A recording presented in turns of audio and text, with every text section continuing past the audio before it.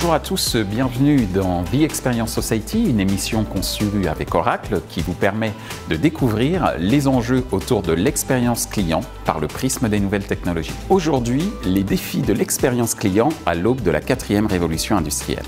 Les attentes de la société, des usagers et des clients business vis-à-vis des industriels ont considérablement évolué au cours des dernières années. Disponibilité 24 heures sur 24, produits et services connectés, services et maintenance à distance, paiement à l'usage, parcours client plus fluide, relations avec la marque en continu, notamment via de nouveaux canaux d'échange. Les challenges de la 4e révolution industrielle sont nombreux et surtout extrêmement différents de ceux des précédentes révolutions qu'ont été les 3 précédentes révolutions industrielles respectivement liées à la machine à vapeur, l'électricité puis le numérique. Selon Wikipédia, la 4e révolution industrielle ou Industrie 4.0 s'affirme comme une convergence du monde virtuel, de la conception numérique, de la gestion des opérations, de la finance et du marketing avec les produits et objets du monde réel.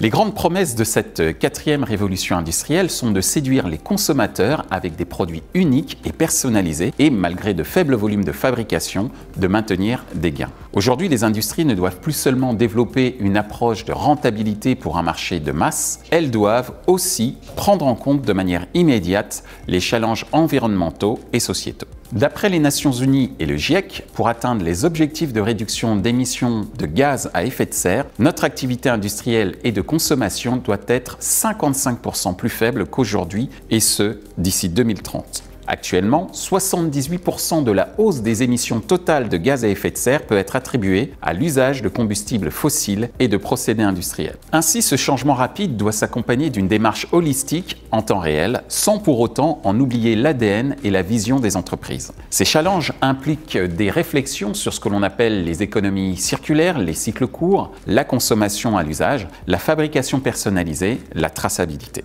L'Institut Montaigne indique qu'en Europe, une voiture reste garée 90% de son temps et 31% des produits agricoles sont perdus avant consommation. Par ailleurs, un récent sondage international de Zuora montre que 70% des adultes sont d'accord sur le fait que le paiement à l'usage de produits et de services libère les personnes de la charge financière de la possession. Ces dernières années, de nombreuses innovations en matière de technologie digitale et industrielle sont devenues opérationnelles. Elles offrent un potentiel quasi illimité de création de nouvelles solutions pour un monde industriel connecté et au service des individus. Par exemple, d'après Gartner, 50 milliards d'objets seront connectés en 2020.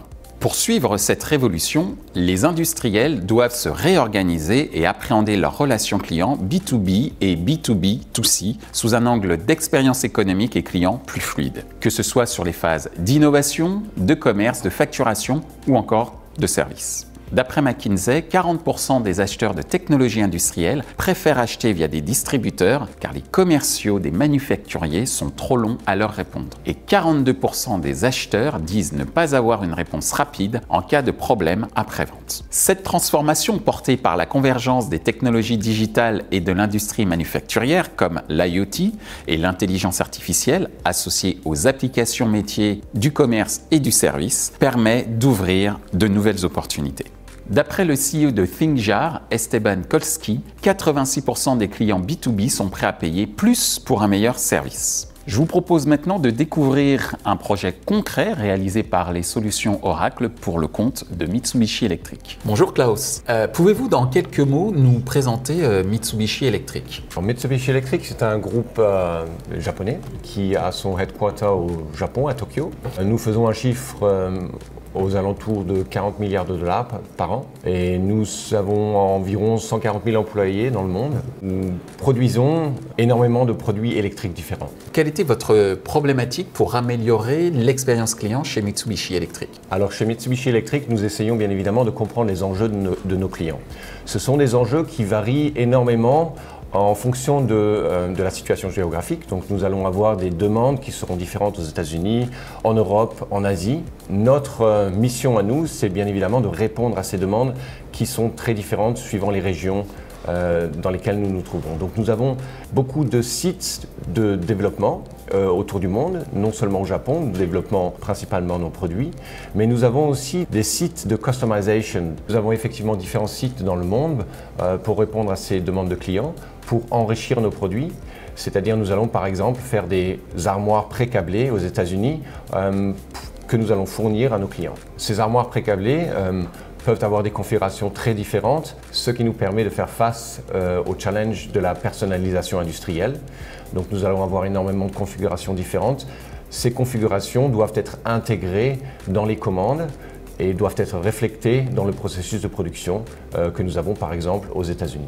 Comment les solutions Oracle vous ont permis d'atteindre vos objectifs en termes d'expérience client?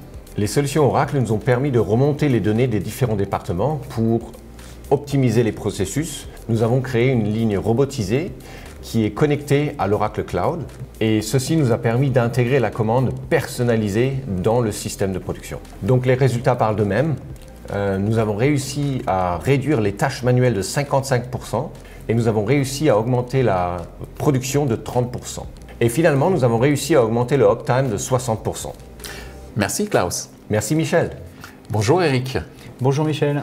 Quels sont les enjeux aujourd'hui pour le monde industriel? Le monde industriel change énormément en ce moment. Il y a deux facteurs principaux qui font le changement de ce secteur. Le premier, c'est le facteur environnemental et innovation, où les industriels ont besoin de repenser leur transformation environnementale et leur transformation de produits pour s'adresser beaucoup plus aux clients et être beaucoup plus en adéquation par rapport au marché. Et puis aussi redéfinir leur supply chain.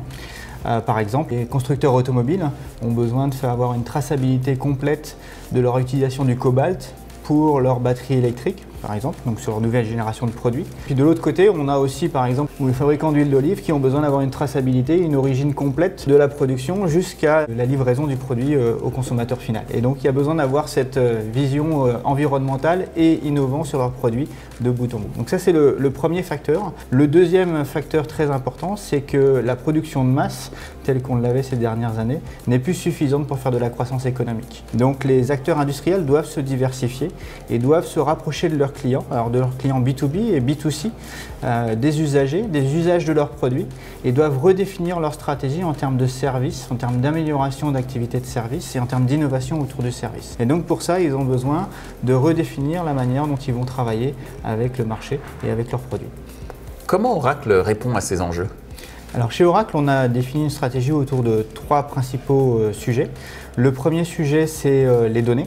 Comment on s'assure que l'ensemble des données dont les industriels ont besoin pour travailler soient disponibles et soient consolidées pour que tous les acteurs de la chaîne de valeur puissent travailler sur ces données et puissent manipuler des données assez diversifiées aussi, puisque les sources se démultiplient. On va retrouver les réseaux sociaux, on va retrouver la blockchain, on va retrouver l'IoT dans les nouvelles données. Et on a besoin de consolider toutes ces données, de gérer ces gros volumes et en même temps d'utiliser des technologies un peu nouvelles comme l'intelligence artificielle pour être capable de comprendre ce qu'il y a dans ces données et extraire de ces données finalement des axes d'amélioration ou des meilleures prises de décision sur la stratégie d'entreprise. Donc ça, c'est le premier sujet. Le deuxième sujet, c'est ce qu'on appelle le digital thread chez Oracle, c'est-à-dire casser les silos, supprimer les frontières entre les différents acteurs métiers de la chaîne de valeur de l'entreprise, y compris son écosystème, donc avec ses partenaires. Et donc s'assurer finalement que tout le monde travaille sur les mêmes données, sur les mêmes prises de décision, sur des processus qui sont communs à l'ensemble des acteurs, pour que la décision soit plus rapide, pour que les gens soient plus collaboratifs et que finalement il n'y ait pas de risque de mésentente entre les différents acteurs de l'entreprise sur des prises de décision et sur des actions d'entreprise. Une meilleure cohésion interne. Une meilleure cohésion interne, exactement. Et donc le troisième facteur de transformation que Oracle suit, c'est ce qu'on appelle le digital twin. C'est avoir cet effet miroir entre le terrain et les processus d'entreprise. S'assurer que toutes les données qui viennent du terrain soient représentées d'un point de vue processus d'entreprise, d'un point de vue gestion des données pour les utilisateurs et que tout le monde ait accès en temps réel finalement à l'information qui vient du terrain. Donc ça va être principalement porté par l'IoT et par l'intelligence artificielle, mais c'est un élément extrêmement important parce que c'est ce qui permet véritablement de comprendre en temps réel ce qui se passe et puis de ne pas prendre de décision finalement sur des données qui ne soient pas précises. Qui soient biaisées, par manque d'information de la réalité du terrain.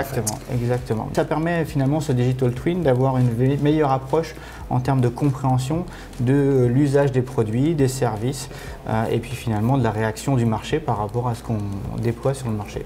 Merci Eric. Merci Michel.